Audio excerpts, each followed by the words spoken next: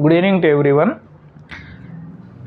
నిన్న వీడియోలో మనం నార్థన్ ప్లేన్స్ గురించి చెప్పుకున్నాం. ఆ విధంగా అంతకుముందు వీడియోలో మనం హిమాలయన్స్ పర్వతాల గురించి చెప్పుకున్నాం అనమాట. హిమాలయన్ మౌంటైన్స్ గురించి చెప్పుకున్నాం. ఇది 9th క్లాస్లో సెకండ్ లెసన్కి సంబంధించి. మరి ఈ వీడియోలో మరొక ఇంపార్టెంట్ టాపిక్తో మీ ముందుకు వచ్చాను. అదేంటంటే పెనిన్సులార్ ప్లాట్యూ చాలా ఇంపార్టెంట్. మీ దగ్గర ఏదైనా టెక్స్ట్ బుక్లు ఉంటే పేజ్ నెంబర్ 34 అయితే తీయండి. పెనిన్సులార్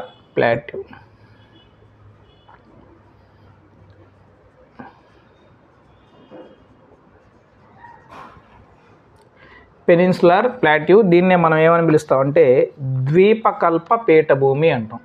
ఏమంటాం? ద్వీపకల్ప పీఠభూమి. ఒకవేళ మీ దగ్గర ఏమైనా మ్యాప్ ఉన్నట్లయితే ఎంటీ మ్యాప్ కూడా పక్కన పెట్టుకున్నట్లయితే మీకు ఇంకా ఈజీగా ఉంటుంది. ఒకసారి మీరు మీ దగ్గర మ్యాప్ ఉంటే మ్యాప్ తీసుకోండి. నేను టెక్స్ట్ బుక్ ఉంటే టెక్స్ట్ బుక్ అయితే దగ్గర పెట్టుకోండి. ఓకే, మరి ద్వీపకల్ప పీఠభూమి మీకు తెలుసు. పీఠభూమి అంటే ఏంటి? ప్లాట్యూ ఎలా ఉంటుంది అర్థమైందా? ఇట్లా ఉంటేనేమో దాన్ని మౌంటైన్ అంటాం. ఇలా పైన షార్ప్ కూడా లేకుండా ఒక టేబుల్ లాగా ఉండి ఎడ్జెస్లో స్లైడ్ స్లోప్ ఉంటే దీన్ని ఏమంటాం? ప్లాట్యూ అంటాం. అర్థమైందా? అలా కాకుండా ఇలా ఎత్తు తక్కువగా ఉంటే దీన్ని ఏమంటాం? ప్లెయిన్ అంటాం. అంటే మైదానము, పర్వతము, పీఠభూమి, మైదానము. అయితే భారతదేశంలో ఉన్నటువంటి ఈ ద్వీపకల్ప పీఠభూమి అనేది మనకి పురాతన స్ఫటికాకార అగ్ని మరియు రూపాంతర శిలల ద్వారా ఏర్పడ్డాయి. వేడి ద్వారా ఏర్పడ్డాయి. ఇవి మనకి ఇక్కడ రాస్తాను, నీట్గా నోట్స్లో రాసుకోండి, లేదంటే ఒక పేరు డ్రాయింగ్ వేసుకొని రాసుకోండి. అర్థమైందా? ఇంగ్లీష్లో దీన్ని ఏమంటారు అంటే ఓల్డ్ క్రిస్టలిన్ అంటే ఏంటి? స్ఫటికల్ని క్రిస్టల్స్ అంటాం కదా. క్రిస్టలిన్ అంటే ఏంటి? స్ఫటికాకార, అంటే పురాతన స్ఫటికాకార.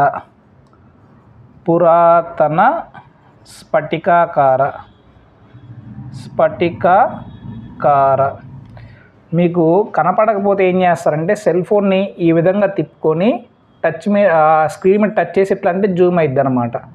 సో ఆ టెక్నిక్స్ కొంచెం తెలుసుకోండి. Next igneous racks.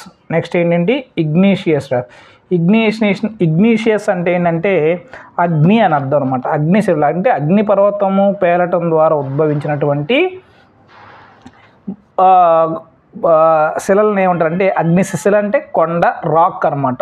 అర్థమైందా? ఇగ్నీషియస్ రాక్స్ అంటే అగ్నిశిలలు. శిల అంటే ఏంటి? తెలుగులో పర్యాయ పదాలుగా కొండ అంటాం కదా, అగ్నిశిలలు. నెక్స్ట్ మెటామార్ఫిక్ అంటే రూపాంతరం అంటే చెందుతాయి అనమాట. అంటే ఒక షేప్లో నుంచి ఇంకో షేప్లోకి మారుతూ ఉంటాయి అన్నమాట. అర్థమైందా?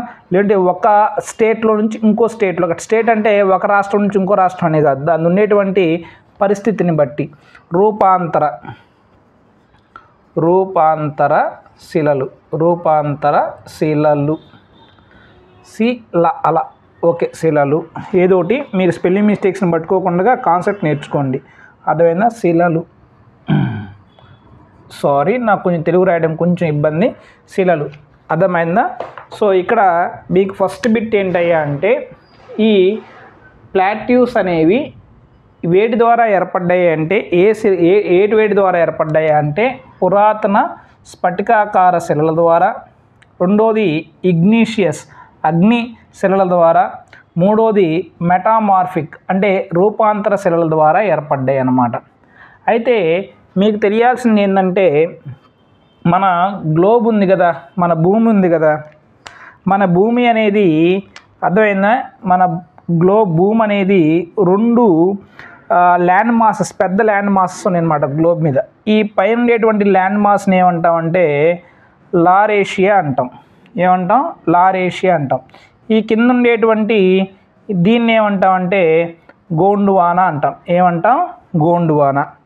Laurasia and Gondwana. అయితే లారేషియా ప్రొనౌన్సియేషన్ లారేషియా ఇంగ్లీష్లో అంటారు. ఇది వచ్చేసరికి గోండువానా. స్పెల్లింగ్ మిస్టేక్స్ని ఐడెంటిఫై చేయకుండా మామూలుగా మీరు కాన్సెప్ట్లోకి వెళ్ళిపోండి. సో మన భారతదేశం కూడా దేనికి సంబంధించింది? గోండువానా ల్యాండ్ మాస్కి చెందిందనమాట. అంటే గోండువానా భూభాగానికి చెందింది. అంటే మీకు తెలుసు మనకి డ్రిఫ్ట్ థియరీలో, కాంటినెంటల్ డ్రిఫ్ట్ థియరీలో ఏముంటుందంటే మన భూమి ఎప్పుడు కూడా కదులుతూ ఉంటుందన్నమాట. మన భూమి లోపల ఉన్నటువంటి ఈ ల్యాండ్ మాస్ ఏమైతే ఉంటాయి ఇవి ఎప్పుడు కదులుతూ ఉంటాయి అన్నమాట. అర్థమైందా? ఇలా ఇవి కదులుతూ ఉంటాయి, పైనుంచి అడ్డు కదులుతూ ఉంటాయి, రెండు కూడా దగ్గరికి చేరుకుంటూ ఉంటాయి కదా. అర్థమైందా? ఇలా అవిచ్ఛిన్నంగా చేరటం ద్వారా, కదలటం ద్వారా మనకి ఈ లోపల ఉన్నటువంటి సర్ఫేస్, లోపల ఉన్నటువంటి లావా ఏమవుతుందంటే బయటికి ఇలా వస్తూ ఉంటుంది, లేదా ఉబ్బుతూ ఉంటాయి అన్నమాట. అర్థమైందా? లేదా పైకి ఉబ్బుతూ ఉంటాయి. అలా ఉబ్బినప్పుడు ఈ మైదాన ప్రాంతం నుంచి కొంచెం ఫ్లాట్ ఇట్లా ఉబ్బి పైకి లేస్తుంది కదా. అలానే మనకి ఈ పీఠభూములు కూడా ఆ విధంగానే ఏర్పడ్డాయి. కొన్ని పీఠభూములు అయితేనేమో అగ్నిపర్వతాలు పేలటం ద్వారా లావా అంతా బయటకు వచ్చి చల్లబడి అలా ఏర్పడ్డాయి. కొన్ని కొండలు కూడా ఆ విధంగానే ఏర్పడ్డాయి.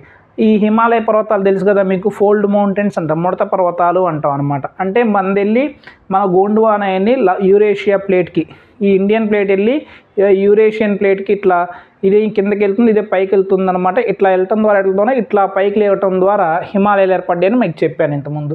ఆ విధంగానే ఈ గోండువానా కూడా ఏంటి, ఇవి కదలటం ద్వారా ప్లస్ విచ్ఛిన్నం ద్వారా, చలించడం ద్వారా కూడా భూమి ఇట్లా ఉబ్బిద్ది అనమాట. అర్థమైందా? మనకు కానీ ఇక్కడ ఏమన్నా ఒక ఇన్సర్ట్ కుట్టింది అనుకోనా, కుట్టినప్పుడు ఏమైంది, లోపల ఆ కెమికల్ వెళ్ళినప్పుడు మనకు ఉబ్బిద్ది కదా, ఇట్లా ఉబ్బుతూ ఉంటుంది చేతి మీద. ఏదైనా వాపు తగిలినప్పుడు ఉబ్బుతూ ఉంటుంది కదా. అలా ఇక్కడ కూడా లోపల కొన్ని క్రియల ద్వారా, కదలటం ద్వారా, చలించడం ద్వారా పైన ఉబ్బుతూ ఉంటుంది కదా. అలా ఉబ్బినప్పుడు మనకి ఈ పీఠభూములు అనేవి మనకి ఏర్పడ్డాయి. ఇంతవరకు మీరు గుర్తుపెట్టుకోండి. మరి కొన్ని పీఠభూములు ఏమో రౌండ్గా ఉంటాయి, అదేవిధంగా కొన్ని పీఠభూములు ఏమో బల్లపరుపుగా ఉంటాయి, కొన్ని పీఠభూములు ఏమో లోతులేని లోయలుగా అవి ఏర్పడుతూ ఉంటాయి. అక్కడ నుంచి పెద్ద బిట్టేం రాలే కానీ జస్ట్ మీకు తెలియడం కోసం ఈ ఇంట్రడక్షన్ మొత్తం ఇచ్చానమాట. అయితే ఇక్కడ మీకు ఇంపార్టెంట్ బిట్టే ఉందయ్యా అంటే భారతదేశం అనేది ఏ భూభాగానికి చెందింది? గోండువానా భూభాగానికి చెందింది. ఇది చాలా చాలా ఇంపార్టెంట్ అనమాట. ఇలానే పురాతనమైనటువంటి ఈ పీఠభూములన్నీ కూడా ఇలానే మనకి ఏర్పడటం జరిగిందనమాట. అయితే మన భారతదేశంలో ఈ పీఠభూములు రెండుగా డివైడ్ చేసుకున్నాం. ఈ పెనిన్సులర్ ప్లాట్యూ మొత్తం కూడా మనకి రెండుగా డివైడ్ అయింది. ఇక్కడ నుంచి ఇంకొంచెం కాన్సన్ట్రేషన్గా మీరు వినాల్సి ఉంటుందన్నమాట. అర్థమైందా? ఇదేమో నార్త్ ఇండియా, ఇదేమో సెంట్రల్ ఇండియా, ఇదేమో డక్కన్ పార్ట్. అర్థమైందా? మరి ఈ ప్రాంతాన్ని ఏమంటామయ్యా అంటే డక్కన్ పీఠభూమి అంటాం. ఈ ప్రాంతాన్ని ఏమంటామయ్యా అంటే డక్కన్ పీఠభూమి అంటాం. మరి ఈ పీఠభూమిని ఏమంటాం? సెంట్రల్ పీఠభూమి అంటాం, సెంట్రల్ ఐలాండ్స్ అంటాం. ఇదేం డక్కన్ ప్లాట్యూ, సెంట్రల్ ఐలాండ్స్ అంటాం. ఈ మొత్తం సెంట్రల్ ఐలాండ్ ఏదైతే ఉందో మళ్ళీ ఈ సెంట్రల్ ఐలాండ్ వెస్ట్ వైపు ఉన్నటువంటి ఐలాండ్ని ఒక పేరుతో పిలుస్తాము. ఈ వెస్ట్ నుంచి కొంచెం ఈస్ట్కి వెళ్ళినప్పుడు దాన్ని ఒక పేరుతో పిలుస్తాము. ఇంకొంచెం ఈస్ట్కి వెళ్ళినప్పుడు దీన్ని ఒక పేరుతో పిలుస్తాము. ఇంకొంచెం ఈస్ట్కి వెళ్ళినప్పుడు దీన్ని ఒక పేరుతో పిలుస్తూ ఉంటాం అన్నమాట. అర్థమైందా? ఇది బాగా గుర్తుపెట్టుకోండి. ముఖ్యంగా మీకు సెంట్రల్ పార్ట్లో ఉన్నటువంటి ఈ ఐలాండ్ మొత్తాన్ని కూడా ఈ పీఠభూమి ఈ పీఠభూమి మొత్తాన్ని కూడా సెంట్రల్ పీఠభూమి అంటాం. మొత్తాన్ని కూడా సెంట్రల్ పీఠభూమి అంటాం అన్నమాట. మీరు బాగా గుర్తుపెట్టుకోండి, సెంట్రల్ పీఠభూమి. ఈ సెంట్రల్ పీఠభూమి ఫర్దర్గా మళ్ళీ 2 పార్ట్స్గా డివైడ్ అయిందనమాట. ఈ మధ్యప్రదేశ్ ప్రాంతం ఉంది కదా, ఈ మధ్యప్రదేశ్ ప్రాంతంలో ఉన్నటువంటి పీఠభూమిని మనం ఏమని పిలిచాము? మాల్వా పీఠభూమి అని పిలిచాము అనమాట. ఏమని పిలిచాము? మాల్వా. ఈ మధ్యప్రదేశ్లో ఉన్నటువంటి పీఠభూమిని ఏమని పిలుస్తాము? ఈ మధ్యప్రదేశ్లో ఉంది కదా పీఠభూమి, ఈ మధ్యప్రదేశ్లో ఉన్నటువంటి ఈ పీఠభూమిని ఏమని పిలుస్తామంటే మాల్వా పీఠభూమి. సారీ, ఇందాన్ని అడ్డొచ్చుంటాను మీకు డయాగ్రామ్కి. సో ఈ దక్షిణ పార్ట్లో ఉన్నటువంటి దీన్నేమో డక్కన్ ప్లాట్యూ అంటాము, దీన్నేమో సెంట్రల్ ప్లాట్యూ అంటే మధ్య, తెలుగులో అయితే మధ్య ఉన్నత భూములు సెంట్రల్ ఐలాండ్స్ అంటాం. దీన్నే మాల్వా ప్లాట్యూ అంటాం. మరి మాల్వా ప్లాట్యూకి ఇది వెస్ట్ వైపు, ఇది ఈస్ట్ వైపు కొంచెం ముందుకెళ్ళే కొద్దీ దీన్ని ఏమని పిలుస్తామంటే సో బుందేల్ ఖాండ్ అని కూడా ఇటుపక్క వచ్చేసరికి దీన్ని కొంచెం బుందేల్ ఖాండ్ అంటాం. మనకు అది కొంచెం ఇంపార్టెంట్ లాగా ఉన్నా కానీ దానికన్నా ఇంపార్టెంట్ ఏంటయ్యా అంటే ఈ ఛోటా నాగపూర్ ప్రాంతం, ఇటు పక్క ఉన్నటువంటి ప్రాంతాన్ని ఏమంటామంటే ఛోటా నాగపూర్ ప్లాట్యూ అంటాం. అంటే 2 ప్లాట్యూస్గా డివైడ్ అయినాయి అనమాట. ఇక్కడ సెంట్రల్ అనేది ఈ మధ్యలో మనకి బుందేల్ ఖాండ్ ఉంటుంది. ఇక్కడే ఉంటుంది. ఈ మాల్వా ప్లాట్యూకి ఈస్ట్ వైపు ఉన్నటువంటి దాన్ని ఏమంటామంటే బుందేల్ ఖాండ్ అంటాం. ఏమంటాం? పేరు స్థానిక బుందేల్ ఖాండ్ లేదా బఘేల్ ఖాండ్. తూర్పు వైపుగా విస్తరించి ఉన్న పీఠభూమిని, దేనికి సెంట్రల్ ఐలాండ్కి ఈస్ట్ వైపు అంటే ఇటుపక్క, దీన్ని ఏమంటాం? బుందేల్ ఖాండ్ అంటాం. దీన్ని ఏమంటాం? ఛోటా నాగపూర్ అంటాం. ఏమంటాం? ఛోటా నాగపూర్ ప్లాట్యూ. మనకి ఇంతకుముందు బిట్టు కూడా వచ్చిందనమాట. భారతదేశంలో అత్యధిక వనరులు ఐరన్, మ్యాంగనీసు ఇవన్నీ కూడా మనకి ఎక్కువగా ఎక్కడున్నాయి అంటే ఛోటా నాగపూర్ ప్లాట్యూలో ఉంది. సో మీరు తెలుగులో రాసుకోండి, నేను ఇంగ్లీష్లో రాస్తున్నాను. ఇదేంటి? మాల్వా ప్లాట్యూ. ఇదేంటి? డక్కన్ ప్లాట్యూ.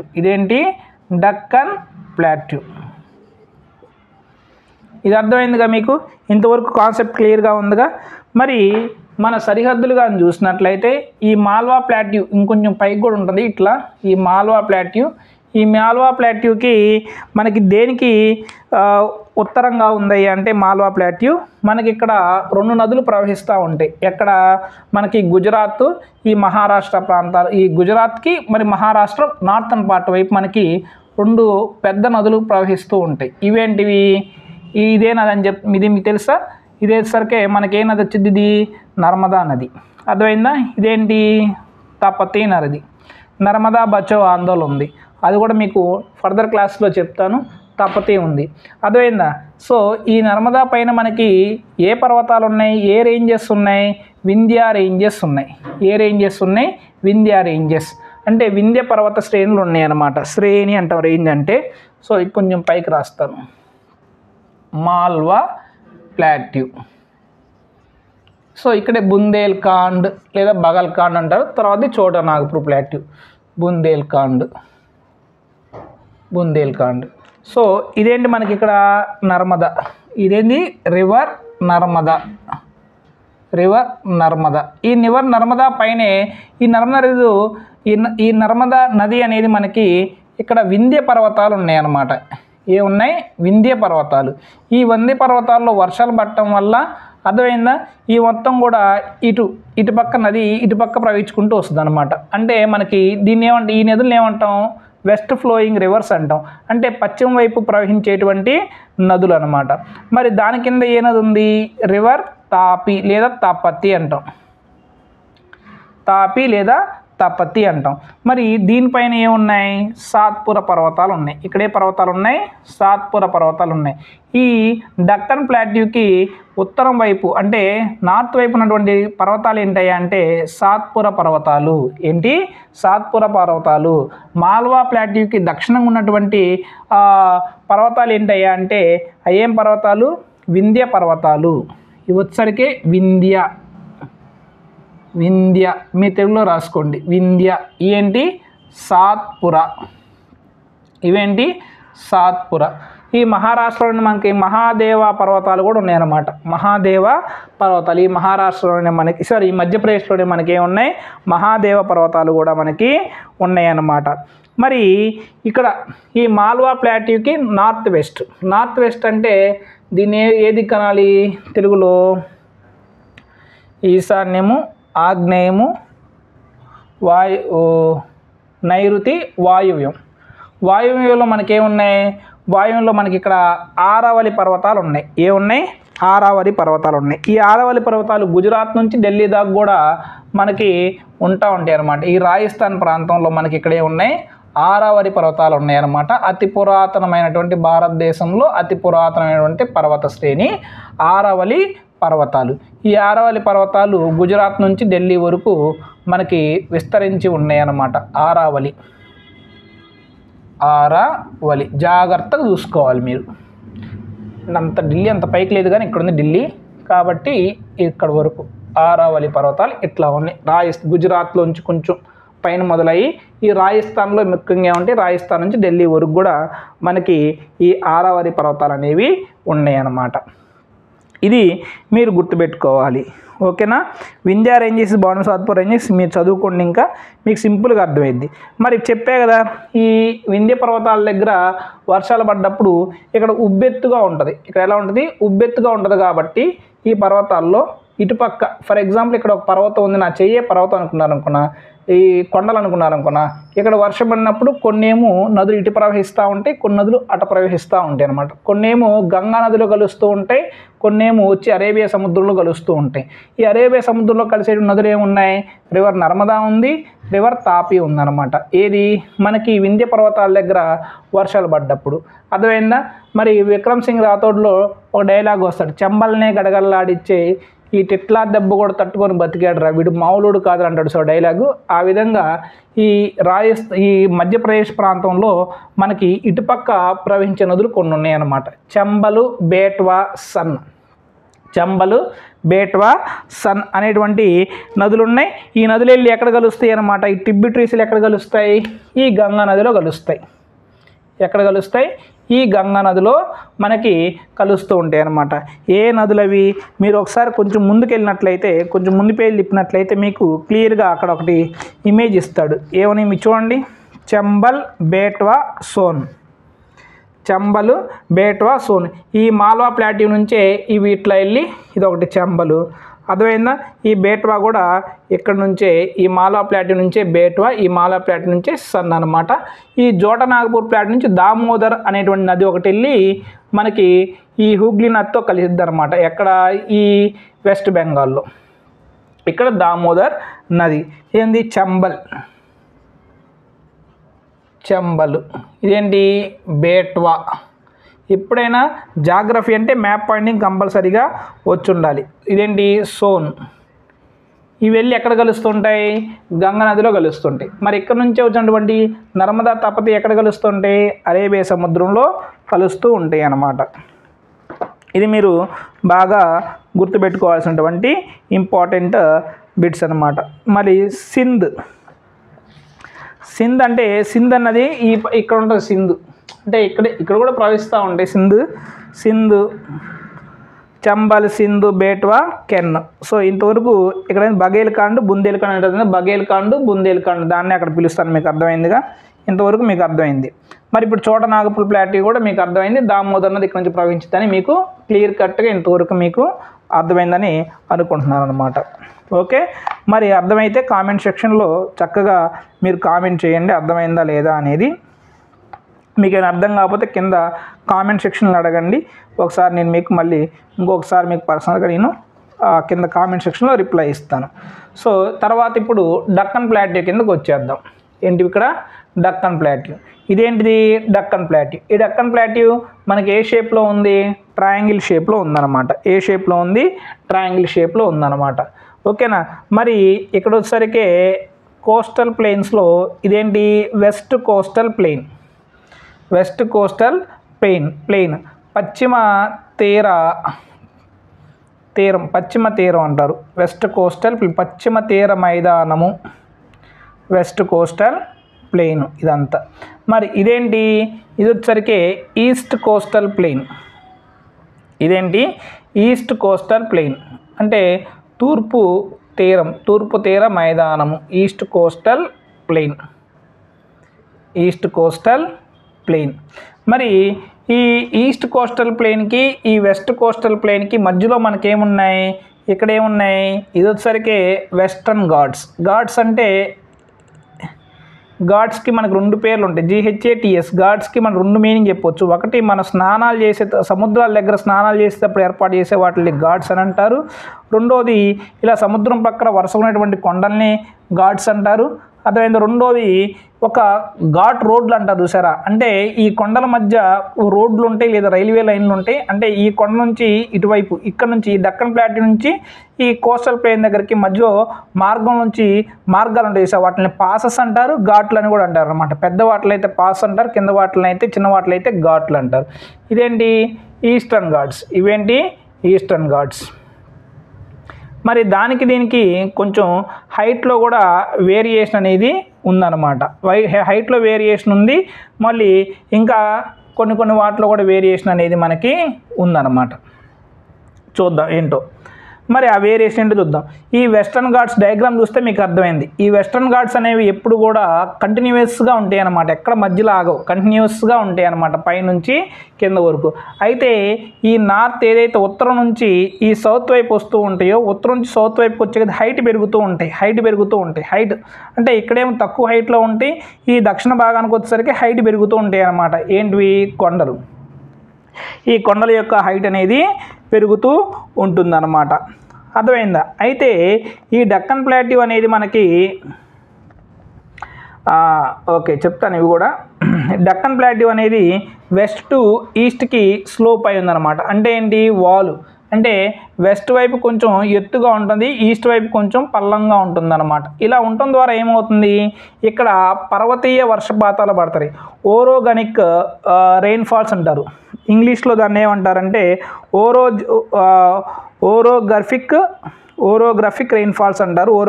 దీనే పర్వతీయ వర్షపాతాలు అంటారు. సార్ ఈ పర్వతీయ వర్షపాతాలు అంటే ఏంటి అని మీకు డౌట్ రావచ్చు. అదేవిధంగా ఇదేంటి అరేబియన్ సీ. మనకి ఋతుపవన కాలంలో ఏమవుతాయి అంటే ఈ సముద్రాల నుంచి లో ప్రెజర్ నుంచి ఎప్పుడు కూడా హై ప్రెజర్ నుంచి లో ప్రెజర్ వైపు ఎక్కువ గాలి వెళ్తూ ఉంటుందన్నమాట. అర్థమైందా? ఇదేమో లో ప్రెజర్ ఉంటుంది, ఇక్కడ హై ప్రెజర్ ఉంటుంది. హై ప్రెజర్ నుంచి లో ప్రెజర్ వైపు మనకి ఎక్కువ కూడా గాలి వీస్తుంటుంది. కాబట్టి ఇక్కడ ఏదైతే సముద్రం దగ్గర నీరు బాగా ఎండాకాలం నీరు బాగా ఆవిరైతుందో ఆవిరైన నీరు మొత్తం మేఘాలుగా ఏర్పడతాయి. మేఘాలుగా ఏర్పడి ఇక్కడ లో ప్రెజర్ ఉంటుంది కాబట్టి ఈ హై ప్రెజర్ నుంచి గాలులు ఈ నీటితో నిండినటువంటి మేఘాలని తీసుకొని వెళ్తూ ఉంటాయి అన్నమాట. భారతదేశం వైపు నుంచి వస్తూ ఉంటాయి. వచ్చేటప్పుడు ఏమవుతా అంటే ఈ పర్వతాలు ఈ వెస్టర్న్ ఘాట్స్ ఏవైతే ఉన్నాయో ఈ వెస్టర్న్ ఘాట్స్ అనేవి మనకి దాదాపుగా 900 నుంచి 1600 మీటర్ల హైట్లో ఉంటాయి. 800 నుంచి 800 మీటర్ హైట్లో ఉంటాయి. 900 నుంచి 1600 మీటర్ల హైట్లో ఉంటాయి. కాబట్టి ఇక్కడ ఏమవుతుంది, ఇక్కడ దాకా మామూలుగా వచ్చినటువంటి మేఘాలు అర్థమైందా, మరి కొండలను దాటి పక్కెళ్ళాలి. కొండలు దాటి పక్కెళ్ళాలంటే ఏం చేయాలి, పైకి లెగుస్తూ ఉండాలి. పైకి లేచినప్పుడు ఈ మేఘాలు పైకి లేసే కొద్దీ మేఘాల్లో దుమ్మి ధూళి ఎక్కువైపోయి బరువు ఎక్కువైపోయి ఏమవుద్ది అంటే ఈ పర్వతాల మీదే వర్షం పడిపోయింది. ఈ పర్వతాల మీద వర్షం పడిపోయి ఈ పర్వతాలకి ఇటుపక్క నీళ్లు పారుతూ ఉంటాయి. కాబట్టి ఇటుపక్క పారే నీళ్ళల్లో నుంచి మనకేమొస్తుంటుంది, ఇక్కడ నుంచి గోదావరి నది, ఇక్కడ నుంచి కృష్ణా నది, ఈ రెండు కూడా ఈ వెస్టర్న్ ఘాట్స్ నుంచి ఈస్ట్ వైపు ఫ్లో అవుతూ ఉంటాయి అన్నమాట. ఎందుకు ఇందా చెప్పుకున్నా వెస్ట్ నుంచి ఈస్ట్కి ఫ్లో అవుతాయి కాబట్టి అలా ఈ పశ్చిమ కనుమల్లో పుట్టినటువంటి ఈ గోదావరి కానీ కృష్ణా కానీ తూర్పు కనుమల వైపు వచ్చి మన ఇటువంటి బే ఆఫ్ బెంగాల్లో కలిసిపోతాయి అన్నమాట. ఎక్కడ కలిసిపోతాయి, బే ఆఫ్ బెంగాల్లో కలిసిపోతాయి అన్నమాట. ఓకేనా, ఇది ఒకటి మీరు గుర్తుపెట్టుకోవాల్సినటువంటి ముఖ్య అంశం అన్నమాట. మరి చెప్పాగా ఇవేమో ఎత్తుగా ఉంటే ఏం చెప్పాగా, కంటిన్యూస్గా ఉంటే ఏం చెప్పాగా. అదేవిధంగా మరి ఈ సముద్రానికి అరేబియన్ సముద్రానికి సమాంతరంగా ఉంటే ఏం చెప్పాగా. ఏంటి వెస్టర్న్ ఘాట్స్, ఏంటి పశ్చిమ కనుమలు. ఇవేంటి ఈస్టర్న్ ఘాట్స్ అనేవి బంగాళాఖాతానికి ప్యారలల్గా ఉంటాయి. తూర్పు ప్రాంతానికి తూర్పు తీర ప్రాంతానికి ఇవి కూడా ప్యారలల్గా ఉంటాయి, సమాంతరంగా ఉంటాయి. ప్లస్ ఇవనేది విడివిడిగా ఉంటాయి, అన్నీ కలిసిగా కంటిన్యూస్గా ఉండవు అనమాట. అక్కడ కొంత విడిపోయి ఉంటాయి అన్నమాట. అర్థమైందా? ఇలా నాన్ కంటిన్యూస్గా ఉంటాయి, అంటే వరుసగా ఉండవు అనమాట. వీటి యొక్క హైట్ చూసినట్లయితే దాదాపు యావరేజ్గా, అంటే ఇప్పుడు యావరేజ్ ఎలివేషన్ ఇచ్చాడు, యావరేజ్గా 600 మీటర్ల హైట్లో ఉంటాయి. యావరేజ్గా ఎంత హైట్లో ఉంటాయి, 600 మీటర్లు, 600 మీటర్స్ హైట్లో ఉంటాయి అన్నమాట వెస్టర్న్ ఘాట్స్, ఈస్టర్న్ ఘాట్స్. అర్థమైందా? ఓకే, మరి ఇక్కడ చూసినట్లయితే ఇక్కడ కొన్ని ఎత్తైన పర్వతాలు కొన్ని ఇవ్వటం జరిగిందనమాట. మరి ఈ వెస్టర్న్ ఘాట్స్, ఈ ఈస్టర్న్ ఘాట్స్ మొత్తం రెండు కూడా ఎక్కడ కలుస్తాయి, నీలగిరి పర్వతాల్లో కలుస్తాయి అనమాట. ఎక్కడ కలుస్తాయి, నీలగిరి పర్వతాల్లో వస్తాయి. ఇక్కడ మనకేముంది, కేరళ ఉంది. అర్థమైందా? అంటే దక్షిణ భారతదేశంలో ఎత్తైన పర్వతం ఏంటయ్యా అంటే హైయెస్ట్ పీక్, ఎత్తైన పర్వత పేరు ఏంటయ్యా అంటే అనైముడి. అర్థమైందా? ఈ అనైముడి ఏ రాష్ట్రంలో ఉందో మీరు నాకు కామెంట్ చేయండి. ఈ అనైముడి అర్థమైందా? ఈ అనైముడి అనేది మనకి ఏ రాష్ట్రంలో ఉందో మీరు కామెంట్ చేయండి. దీని యొక్క హైట్ వచ్చేసరికి 2695 మీటర్లు. చాలా చాలా ఇంపార్టెంట్, చాలా ఇంపార్టెంట్. ఏది సదరన్ మొత్తం దక్షిణ భారతదేశంలోని ఎత్తైన ప్రాంతం. మరి ఈ నీలగిరి పర్వతాల్లో కూడా మనకు ఒక ఎత్తైన పర్వతం ఉంది. ఈ నీలగిరి పర్వతాల్లో ఎత్తైన పర్వతం ఏంటయ్యా అంటే దొడబెట్ట. దాన్ని ఏమంటాం?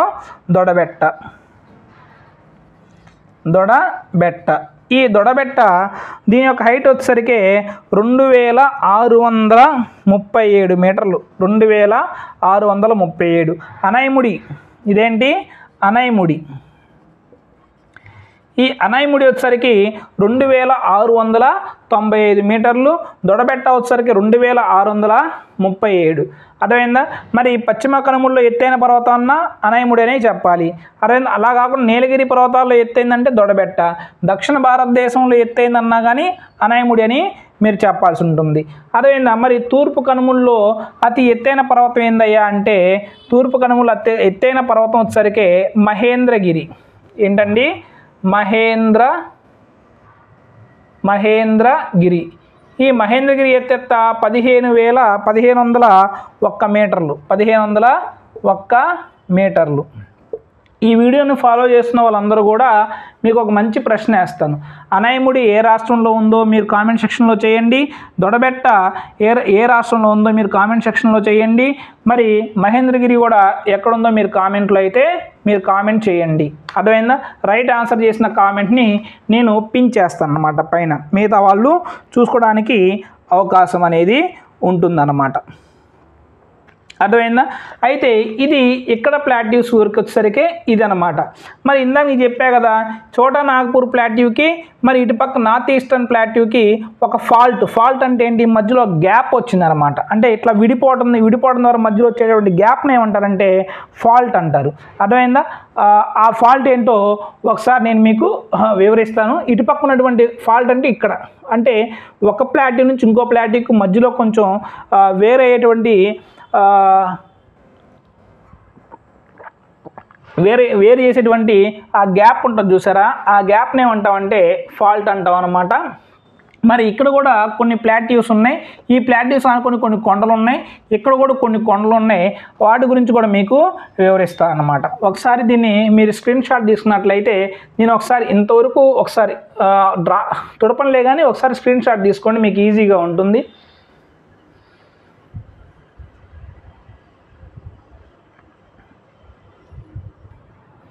ఓకే అండి.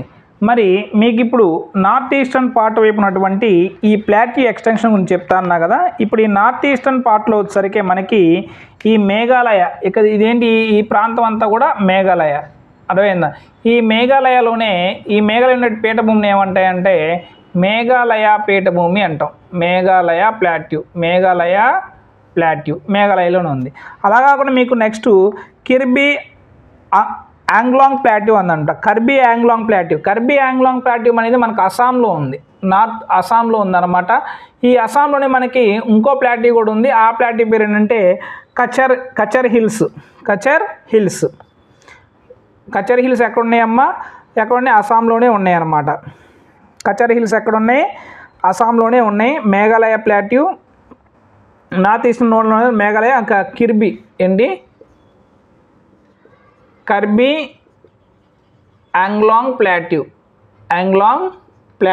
ఒకసారి మీరు టెక్స్ట్ బుక్స్ తెలుగు మీడియంలో రాసుకోండి. అర్థమైందా? ఇక్కడ గారో హిల్స్, కాశీ హిల్స్, జైత్యా హిల్స్ అన్నీ ఉన్నాయి చూసావా? ఈ గారో హిల్స్, కాశీ హిల్స్, అర్థమైందా? ఈ జైత్యా హిల్స్ మొత్తం కూడా మనకి అస్సాంలోనే ఎక్కడ ఉన్నాయి? మేఘాలయలోనే ఉండటం జరిగింది అనమాట. ఎక్కడున్నాయమ్మా? మేఘాలయలో ఉన్నాయి. ఇంకా దీన్ని మిస్ అయిన పాయింట్ ఇక్కడ yes. Kaimur hills and Maikal range and Mahadeva hills. అర్థమైందా? ఈ కైమూర్ హిల్స్ ఎక్కడ ఉన్నాయి? ఈ కైమూర్ వచ్చేసరికి మనకి బీహార్లో ఉన్నాయి. ఎక్కడున్నాయి? బీహార్లో ఉన్నాయి కైమూర్ హిల్స్. అర్థమైందా? ఇంకే హిల్స్ ఉన్నాయి ఇక్కడ? కైమూర్ హిల్స్ కాకుండా మైకల్ హిల్స్ ఇది మధ్యప్రదేశ్లో ఉన్నాయి. మహాదేవ హిల్స్ మధ్యప్రదేశ్లో ఉన్నాయి. ఓకేనా? మహాదేవ హిల్స్ అనేది ఇక్కడ ఉన్నాయి మధ్యప్రదేశ్లో. ఇక్కడ ఉన్నాయి మహాదేవ హిల్స్. కైమూర్ వచ్చేసరికి ఇక్కడ ఉంటాయి హిల్స్, కైమూర్ హిల్స్ ఎక్కడ బీహార్ ఆ ప్రాంతంలో ఉన్నాయి అన్నమాట. అర్థమైందా? మహాదేవ హిల్స్, మైకేల్ హిల్స్ కూడా మొత్తం ఇక్కడే ఉన్నాయి. మహాదేవ హిల్స్ కూడా ఇక్కడ ఉంటాయి అన్నమాట, కొంచెం ఈ మధ్యప్రదేశ్లోనే ఇక్కడ ఉంటాయి అన్నమాట. ఈ మహాదేవ హిల్స్లో నుంచి మనకి మహానది శివాహ హిల్స్ అంటారు, అవి వేర్లే. ఓకే, ఈ మహాదేవి హిల్స్ ఇక్కడ నుంచే మనకి అక్కడ వర్షాల కారణంగానే మనకి మహానది కూడా అక్కడ నుంచి మొదలవుతుంది. కాకపోతే మహానదికి ఏ కొండల నుంచి పుట్టిందంటే శివాహ హిల్స్ అంటారు, అవి వేరు. అవి తర్వాత చూద్దాం అనమాట. ఆ లెసన్ వచ్చినప్పుడు నేను మీకు క్లియర్గా ఎక్స్ప్లెయిన్ చేస్తాను. ఇంతవరకు మీకు అర్థమైందని నేను భావిస్తున్నాను. ఇందా చెప్పాం కదా పాసెస్ కొన్ని ఉన్నాయని, అర్థమైందా? ఎక్కడి నుంచి పాసెస్ అంటే ఈ ఘాట్ రోడ్లో నుంచి ఒక ఘాట్లో నుంచి ఇంకో ఘాట్లోకి వెళ్ళి అటుపక్క నుంచి ఇటు పక్క రావడానికి ఘాట్ రోడ్లు ఉంటాయి చూసావా, వాటిని పాసెస్ అంటారు. ఇక్కడ తాల్, బోర్, పాల్ ఘాట్స్ ఉన్నాయి. ఈ మూడు కూడా మనకి మహారాష్ట్రలో ఉన్నాయన్నమాట. ఏంటి ఏమేం ఘాట్స్ ఇక్కడ మనకి ఇచ్చింది? తాల్, బోరు, పాల్ ఘాట్స్. ఇవన్నీ ఎక్కడ ఉన్నాయి అంటే ఇవన్నీ మహారాష్ట్రలోనే మనకి ఇవ్వడం జరిగింది. మరి ఇక్కడ చూసినట్లయితే ఇంకొక ఇంపార్టెంట్ హిల్ స్టేషన్ ఒకటి ఉందన్నమాట, ఉదకమండలం. ఏంటి? ఉదకమండలం. దీన్నే మనం ఊటీ అంటాం. అక్కడ ఇంకోటి ఉంది కొడైకెనాల్. ఊటీ కొడైకెనాల్ వెళ్తారు కదా, చక్కగా పెళ్ళాడు కొత్త జంట హనీమూన్కి ఎక్కడికి వెళ్ళారు అంటే ఇండియాలో దక్షిణ భారతదేశంలో మనకి గుర్తుకొచ్చే పేరు ఏంటంటే ఊటీ అండ్ కొడైకెనాల్. దీన్నే మనం ఉదకమండలం అంటాము. ఇది ఒకసారి చూసుకోవాలి.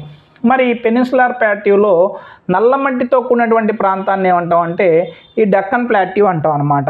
ఏమంటాం? డక్కన్ ప్లాట్యూ. ఈ డక్కన్ ప్లాట్యూ నల్లమట్టి ఎలా ఏర్పడింది? అగ్నిపర్వతాలు పేలటం ద్వారా, అగ్నిపర్వతాల నుంచి బయటకు వచ్చిన లావా చల్లారటం ద్వారా కాలక్రమేణా డినుడేటింగ్ అంటారు.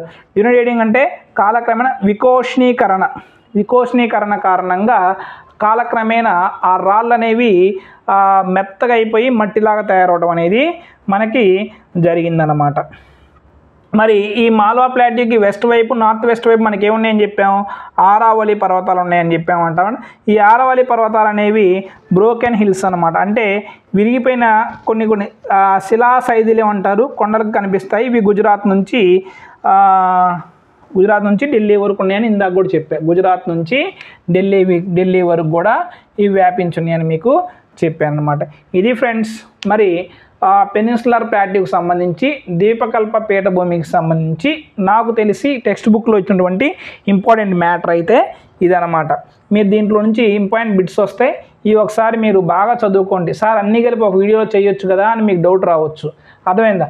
మనకి యాజ్ పర్ సైకాలజీ ఏంటంటే ఒక స్టూడెంట్ 20 నిమిషాల కన్నా ఎక్కువ దేని మీద కాన్సన్ట్రేషన్ అనేది చేయడు. 20 నిమిషాల తర్వాత ఏంటంటే కాన్సన్ట్రేషన్ అనేది తగ్గిపోతూ ఉంటుందన్నమాట. ఒక 20 నిమిషాలు చదివిన తర్వాత మీరు ఒక 5 మినిట్స్ కానీ అలా రిలాక్స్ ఒక పాట పెట్టుకొని విని మళ్ళీ దాంట్లోంచి బయటకు వచ్చి ఒకసారి మళ్ళీ పుస్తకం చేసారనుకున్నా మళ్ళీ మైండ్ అడిపోయి మళ్ళీ ఇటు వచ్చింది అనమాట. కాబట్టి మీకు ఇచ్చేటువంటి ఈ వీడియోలో మీకు ఇచ్చేటువంటి ప్రిపరేషన్ టిప్ ఏంటయ్యా అంటే మీరు కంటిన్యూస్గా చదవద్దు. ఒక అరగంట కానీ ఒక 25 నిమిషాలు చదివిన తర్వాత ఒక 5 మినిట్స్ బ్రెయిన్కి చక్కగా రీక్రియేషన్ ఇవ్వండి. అర్థమైందా? ఒక 5 మినిట్స్ అలా పడుకొని ఒక మంచి పాట ఇయర్ ఫోన్స్ పెట్టుకొని ఒక మంచి పాట వినండి, లేదా కళ్ళు మూసుకొని అలా పడుకోండి. మళ్ళీ ఒక అరగంట పాటు మీ బ్రెయిన్ రీఛార్జ్ అయ్యిద్ది. అర్థమైందా? మళ్ళీ ఒక అరగంట తర్వాత ఒక గంట తర్వాత ఏం చేస్తారయ్యా అంటే ఒక 10 నిమిషాలు బ్రేక్ ఇచ్చి అలా కూర్చున్న చోట నుంచి లేచి మళ్ళీ అలా తిరిగేసి మళ్ళీ వచ్చినట్లయితే ఈ వెనకాల మజిల్ స్ట్రెయిన్స్ కానీ వెనకాల కూర్చొని నడుము నొప్పులు కానీ ఇవి మళ్ళీ తగ్గుతాయి అన్నమాట. ఈ విధంగా మీరు విరామకాల విద్య అనేది సైకాలజీలో చాలా ఇంపార్టెంట్. అంటే పీరియడ్కి మధ్య విరామం ఇస్తాం కదా, అలా మనం చదివేటప్పుడు కూడా మన బ్రెయిన్కి స్లైడ్కి విరామం వేయాలి.